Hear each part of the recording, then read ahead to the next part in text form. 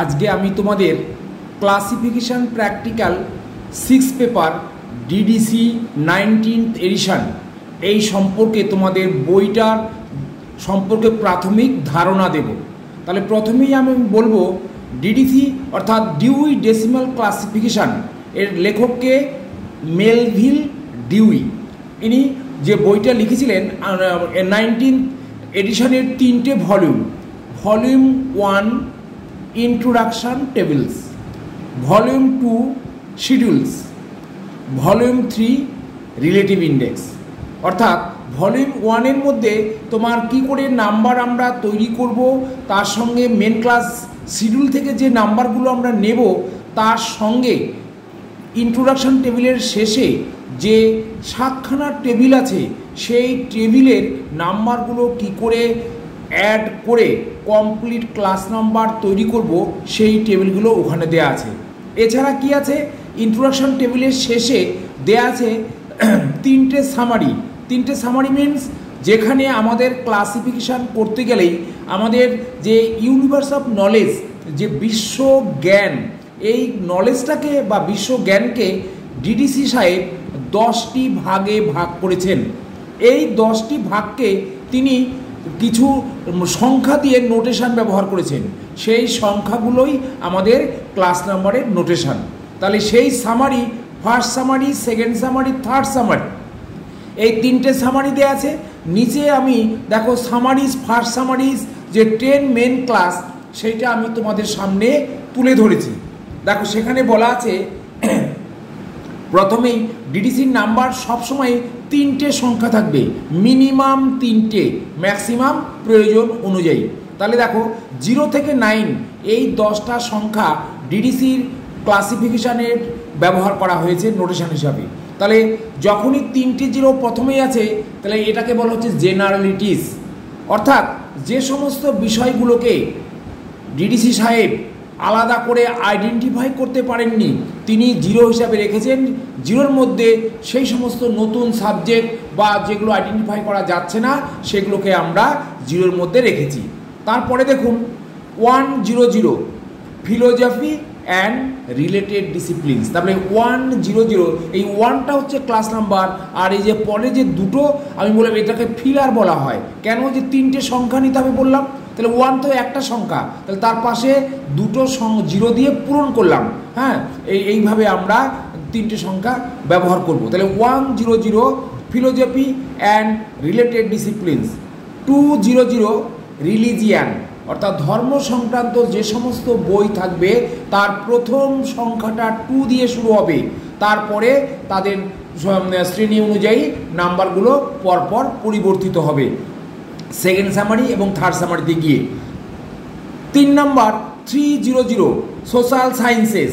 Social sciences এর মধ্যে যখনই কোনো ক্লাস নাম্বার 3 দিয়ে শুরু হবে, তখনই আমরা ধরে নেব main class social sciences. Next হচ্ছে 400 ল্যাঙ্গুয়েজ। আমাদের ওয়ার্ল্ডে যত ল্যাঙ্গুয়েজ আছে তার নাম্বার, ক্লাস নাম্বারের বইগুলো 4 দিয়ে শুরু হবে। তারপর হচ্ছে 500 পিওর সায়েন্সেস। এই পিওর সায়েন্সের মধ্যে কিন্তু আমাদের ফিজিক্স, কেমিস্ট্রি, ম্যাথামেটিক্স, তারপর এগুলো সমস্ত কিছু, তারপরে আমাদের যে বায়ো সায়েন্স সেটাও ঢুকবে তার সাব ডিভিশনে গিয়ে। তাহলে আমরা প্রথম যে 5 সে সংখ্যাটা পাচ্ছি সেটা হচ্ছে পিওর সায়েন্সের নাম্বার।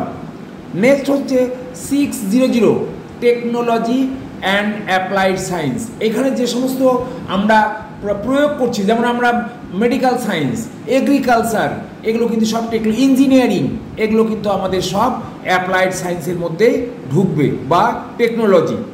তারপর হচ্ছে 700 দ্য আর্টের মধ্যে যে সমস্ত কারুকলা, পোর্স, তারপর বিভিন্ন ড্রয়িং যা কিছু থাকবে সেগুলো কিন্তু এর মধ্যে আসবে। তারপর আমরা কোনো ব্রিজের আর্ট বানাচ্ছি, বিল্ডিংয়ের আর্ট করছি, কীভাবে করব সেটাও কিন্তু আর্টের মধ্যেই আসছে। তারপরে 800 লিটারেচার্স, অর্থাৎ আমাদের ওয়ার্ল্ডের যত রকম লিটারেচার আছে তাদের প্রত্যেকের ক্লাস নাম্বারের প্রথম সংখ্যা হবে 8 এই 8 দিয়ে শুরু হবে, তারপর পরপর সেকেন্ড থার্ড সামারি দিয়ে শেষ করা হবে। 900 জেনারেল জিওগ্রাফি অ্যান্ড হিস্ট্রি। এখানে দেখো 900 এবং হিস্ট্রি, এখানে দুটো সাবজেক্টকে মিশিয়ে একটা কোড নাম্বার ব্যবহার করা হয়েছে যেটা 9। তাহলে 900 9টা দিয়ে যখনই শুরু হবে হয় জেনারেল জিওগ্রাফি অথবা হিস্ট্রির বই আমরা প্রথমেই আইডেন্টিফাই করে নিতে পারবো। এইবার দেখো বাদ বাকি কী থাকলো, প্রথমে যে 0টা বলেছিলাম। এইবার আমরা যেহেতু লাইব্রেরি সায়েন্স নিয়ে পড়াশোনা করি, তাহলে আমাদের মনে প্রশ্ন দেখা যেতে পারে যে আমরা এই লাইব্রেরি সায়েন্স বিষয়টা কোথায় গেল। লাইব্রেরি সায়েন্স তো একটা সেপারেট সাবজেক্ট। তাহলে দেখো যখন 1876 সালে এই ডিডিসি সাহেব ডিডিসি ক্লাসিফিকেশন স্কিমটা বানিয়েছিলেন, তখন যে কনসেপ্ট ছিল হয়তো দেখা যাবে উনি সেই আলাদা করে লাইব্রেরি সায়েন্সটাকে জন্য আলাদা করে নাম্বার দিতে পারেননি, কেন ওনার নাম্বারটা সীমিত ছিল 0 থেকে 9।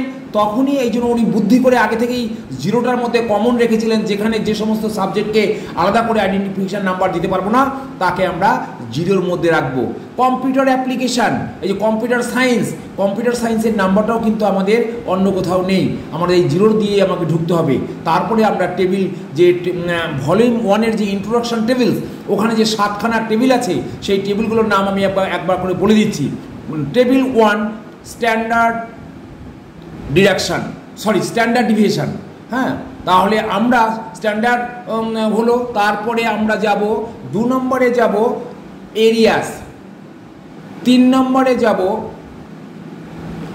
সাবডিভিশনস অফ ইন্ডিভিজুয়াল লিটারেচার্স, 4 নম্বরে সাবডিভিশনস অফ ইন্ডিভিজুয়াল ল্যাঙ্গুয়েজ, 5 নম্বর টেবিলে রেশিয়াল এথনিক ন্যাশনাল গ্রুপস, 6 নম্বরে ল্যাঙ্গুয়েজ, 7 নম্বরে পার্সনস। এইভাবে আমরা ডিডিসির ক্লাসিফিকেশন করার সময় প্রথমে বইগুলোর পরিচিতি নিচ্ছি, তারপরে ভলিউম 2-তে শিডিউল, যেখানে এই যে আমি 10টা ভাগ দেখালাম 00 থেকে 900, এটা তাহলে 999 গিয়ে শেষ হবে। তাহলে আমার শুরু হবে ভলিউম 2টা শুরু হবে 00 জেনারেলিটিস দিয়ে এবং অবশেষে 999 এই সংখ্যা দিয়ে শেষ হবে। এইটাই আমাদের শিডিউল। এখান থেকে মেন ক্লাস নিয়ে টেবিল 1-এর 7খানা টেবিলের সাহায্য নিয়ে আমরা আমাদের নাম্বারটা তৈরি করব। নেক্সট থাকলো রিলেটিভ ইন্ডেক্স। এই রিলেটিভ ইন্ডেক্সের মানেটা কি, যে একটা ওয়ার্ডের সঙ্গে বা অন্য যে ওয়ার্ডের যে রিলেশান, সেই রিলেশান অনুযায়ী ওখানে ইন্ডেক্সের নাম্বারের পাশে আমার সেগুলো দেয়া আছে ব্লক ওয়াইজ। যেমন আমরা যদি ইন্ডেক্স বলতে আলফাবেটিক্যালি বুঝি A to Z, কিন্তু ওখানে কিন্তু তা নয়। যেমন আমি এ দিয়ে এগ্রিকালচার বললাম, তাহলে এর মধ্যে এগ্রিকালচার অবশ্যই থাকবে। এই এগ্রিকালচারের ব্লকে গিয়ে ওখানে ও অনেকগুলো সাব ডিভিশন করে দেওয়া আছে, যেমন এগ্রিকালচারের সঙ্গে রিলেটেড যে সমস্ত, যেমন ক্রপস, আমি কোন সিডস, ফার্টিলাইজার, পেস্টিসাইডস, সয়েল এবং সমস্ত কিছু কিন্তু এগ্রিকালচারের সঙ্গে যুক্ত। অতএব সেই সমস্ত টার্ম বা ওয়ার্ডগুলো ওই এগ্রিকালচার রিলেটেডের সঙ্গে আমরা দেখতে পাবো। এই যে একসঙ্গে পাচ্ছি, এই জন্য এটাকে বলা হয় রিলেটিভ ইন্ডেক্স। জেনারেল ইন্ডেক্সের থেকে রিলেটিভ ইন্ডেক্স একটু আলাদা।